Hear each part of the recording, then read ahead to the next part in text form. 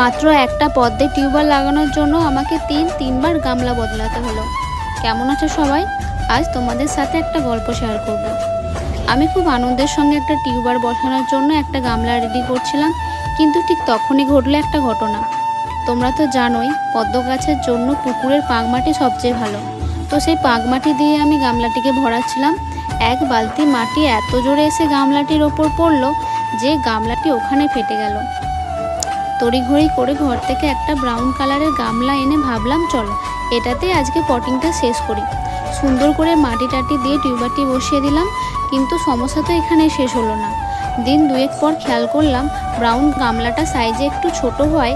এই গরমের রোদে জলটা একদম ফুটন্ত গরম হয়ে যাচ্ছে। বাজার থেকে আবার একটা পারফেক্ট সাইজের বড় গামলা নিয়ে আসলাম, তারপর সুন্দর করে পটিং করলাম। তোমাদের সাথেও কি কখনো বাগান করতে গিয়ে এরকম ঘটনা ঘটেছে? আমাকে কমেন্ট বক্সে অবশ্যই জানাও। তবে ভিডিওটা ভালো লাগলে লাইক করে আমার পাশে থেকো। আজকের মতো এইটুকুই, টাটা।